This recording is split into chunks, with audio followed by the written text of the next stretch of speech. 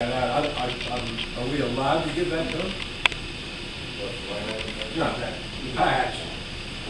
Well, most of the packet is the list of bills and things of that nature, where I don't know how much value is that. Probably not. But, you know, and from time to time, there's confidential information. Absolutely, you can't give that out.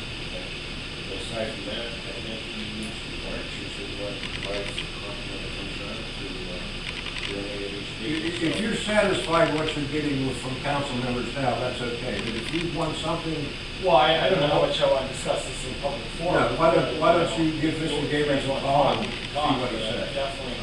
I mean, I'll be honest with you, I've actually attempted to come down here and have a discussion, but we haven't had a lot of success with that, so, you know. With Mr. Gabriel? The last time I talked to Mr. Gabriel, he's working on the budget. Okay. Trying to speak to me, but I've also put in phone calls, and I haven't always gotten a response on the phone calls. I'm not here to point fingers, I'm just saying that, you know, I'm easily accessible. I'm at work Monday through Friday, 9 to 5. I'm there, I have a voicemail. You guys see what's in the paper. If you don't like what's in it, you can tell me, and guess what? It'll change. Okay. I mean, I'm here not only as a servant of you guys, but as a servant of the public. And I kind of did what I'm told to do. And that's the way I work on both ends. So I feel like it's more or less, you know, you guys can give me as much as you want in the paper. If you don't want anything in the paper, that's fine too. But then I get calls from people like Mr. Heller who want to know why the heck I didn't have more in there.